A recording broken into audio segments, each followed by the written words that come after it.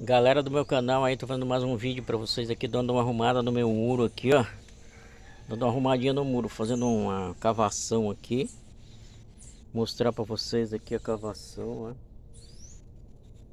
Cavação pra pôr um concreto. Então eu vou pôr um concreto ali, fazendo o vídeo virando a frente e virando pra mim, porque senão fica errado o negócio aqui.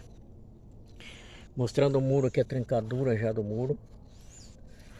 Trincadura aqui que vai descer. O cá também tem trincadura aqui, ó. Tem coisa que saiu daqui, ó. Saiu daqui até embaixo, tá partindo, rachando. Então aqui tá a trincadura no muro, aqui descendo. Aqui saiu um pedaço de muro, então isso daí. Então eu tô fazendo um vídeo aqui para mostrar o que eu vou fazer agora. Vou fazer uma cavação aqui nesse buraco. Vou jogar um saco de concreto aqui, um saco de cimento de concreto aqui, para ver se ele segura o muro que tá riando para cá. O muro tá riando para esse lado de cá. Tá pesando para cá, tá riando por causa da sapata que foi fraca. E o barro é mole, aqui vem muita umidade de água, então tá abrindo o muro para cá.